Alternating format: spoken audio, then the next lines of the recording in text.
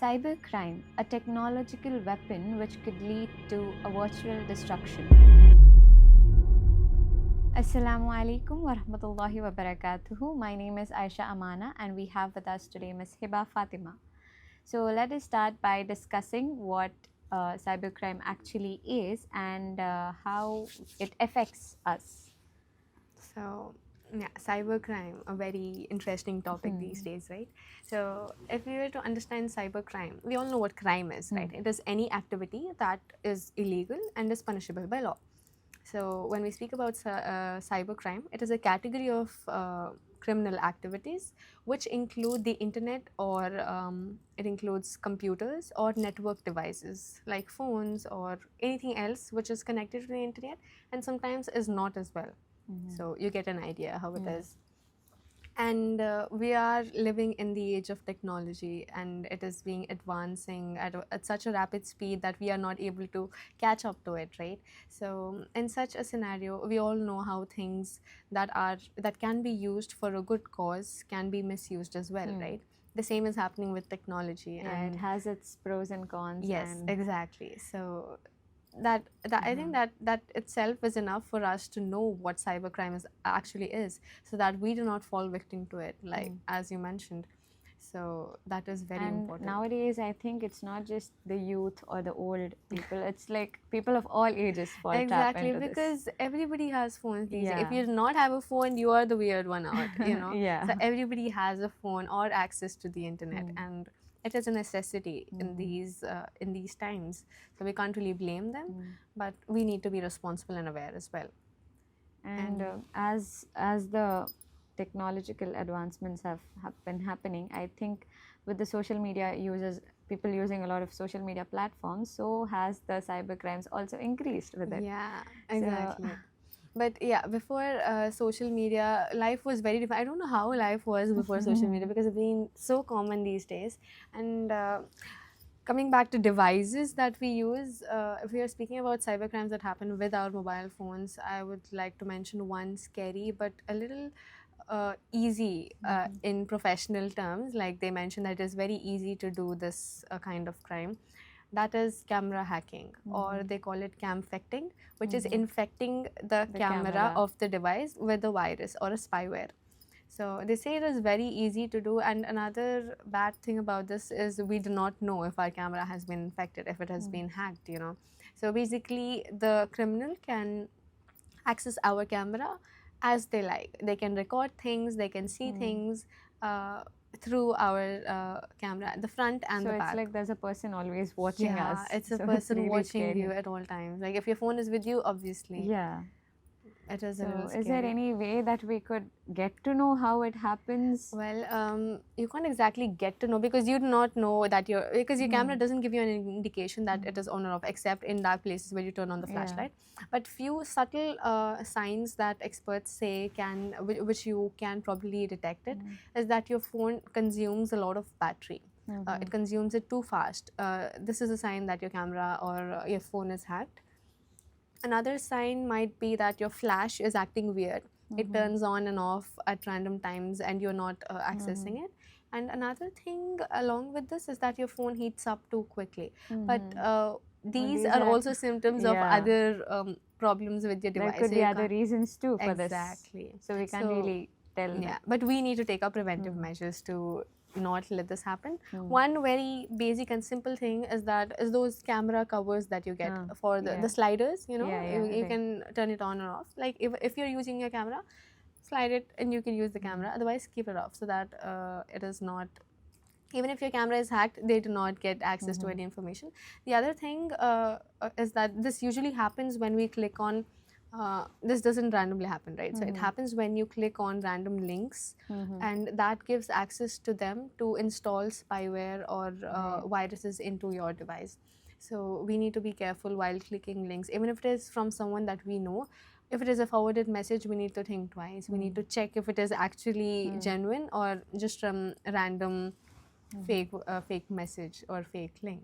So I think it's not just camera hacking, it's not just what people can see through the camera, it's also what is within the phone. It could be the media that is there, the gallery. They could also get into that and, you know, do something Exactly. about that. And Right? that leads to another category of cybercrime, which is you must be aware of it, picture morphing or deepfakes in technological terms. But they basically refer to the editing of one person's picture into another picture which they are not a part of.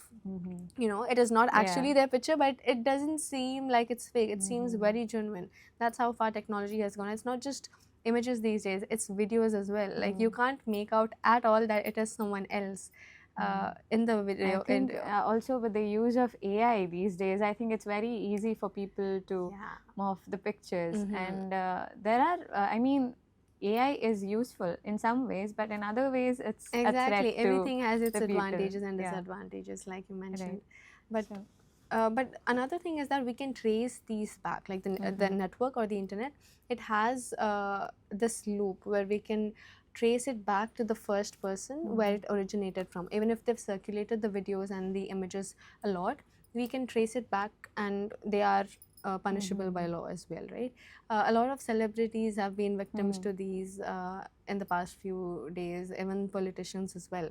And speaking about deep fakes, it's not just about video, but they can edit audios as well. Like you cannot make out it's not me, and like, you know, they can properly. I remember one scenario where I think I watched this video online where there was a father who had his phone. It was a WhatsApp voice call, and the picture was of a policeman, and it was somebody they know also, the local police.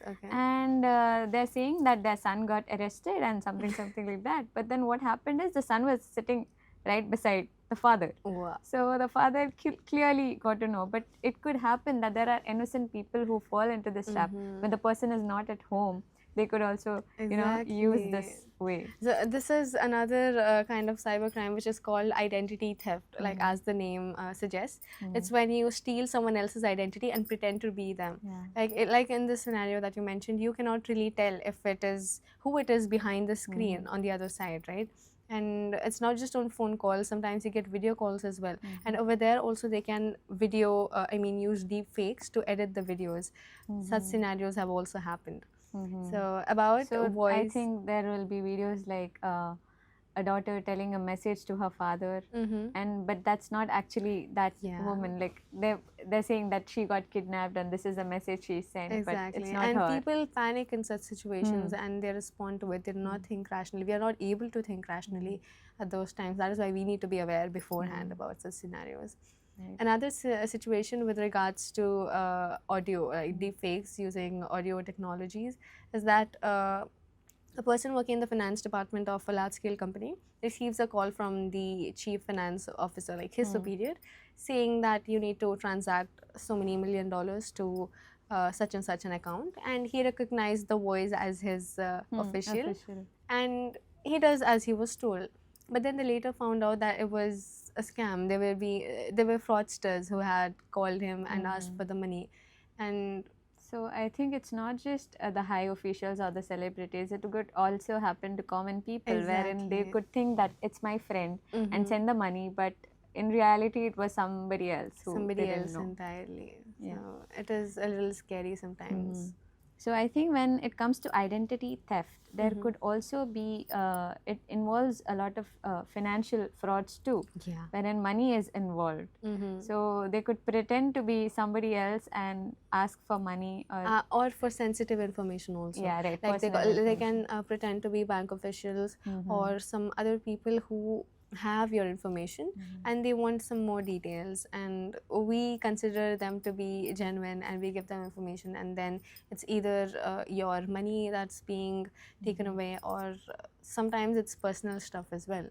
So that is why we need to always authenticate where the caller is calling from, or who the caller is, or who is texting us from the other side, right? When we think of financial frauds, it's also the online shopping sites, the websites, and a lot of scams that happen that way. Yeah, because sometimes you prepay for the products thinking you will save 50 rupees or 100 rupees, and then you do not get the product at all. The link or the website isn't there at all later when you look back. So a lot of people lose money this way. They fall for the schemes, and sometimes the offers feel like they are too good to be true. So think about it. It is probably too good to be true. It cannot be true in such situations. So Yeah. we need to verify. We need to be smart enough Mm-hmm. while using technology. So when it comes to all of these cyber crimes, I think one concept is also about cyber stalking. Stalking, which means that Yeah, a stranger. you are creepily following Hmm. someone in Yeah. real life. That is stalking, right? Without the other person's knowledge, and you use that information uh, to your advantage while in order to harm or bring some bad stuff to them. So cyber stalking, as you mentioned, is the same. Like you creepily follow them on social media or through the internet without their knowledge to for bad intent. So Right. there was one scenario that happened. If you are a student of Roshni, you would know this because it was a very common case study which was told to us as students. So there was this criminal. He was a robber, and when he was caught in a house. Okay, and he had been camping there for a few days. Okay, so like he robbed the house first, and then he would go out, rob other people, and then bring his stuff back over here. It was like his temporary homestay. So when he was interrogated by the officials, by the police, were you not afraid that the people would come back? So he replied by saying that, no, I knew they wouldn't come back because I knew exactly where they were. He was stalking them on social media, and he knew, and they were putting up updates of where they were. They were probably on vacation, and they knew what was happening. Right? He knew what was happening, and when they were coming back, where they were, exactly what they were eating, what they were wearing, where they're going. So this is how our lives usually People are. have become very reliant on the social media platforms. Even for their choices, they are asking the viewers, what should I wear today? What should I eat today? They give them options. Exactly. So yeah, more than personal, interactions with humans, they are. It's better for them to interact we're in the very dependent on them, but I feel like we shouldn't give things like these too much power, because when you give things like these, for example the internet, too much power over your life, over your choices, it destroys you internally. So we need to be a little smart about our choices, because we choose to do this in the end, right? Even if the consequences were not what we expected for. So I mean, we cannot completely stop using social media platforms, right? I mean, it's everywhere. So what could be the preventive measures? I think preventive measures every one of us are taking these days, because people are becoming more aware of these things, as is in, there are sessions in schools where they talk about the cybercrime, cybersecurity, everything. So the concept is somewhat known to people. So in case even after taking all preventive measures, there will still be loopholes, right? So there are people who still fall victim to such situations. So what could we do even after taking preventive measures if we fall into something like this? Such a fall victim to crimes, cyber crimes, right? So the first thing that I would say is, please don't panic, because we do a lot of things when we panic, which doesn't make sense later on. So the first thing would definitely be not to panic, and do not destroy the evidence. For example, another category of cybercrime is honey trapping. Okay, so in honey trapping, what basically happens is a criminal, what he does, he targets individuals, one person at a time or multiple people at a time.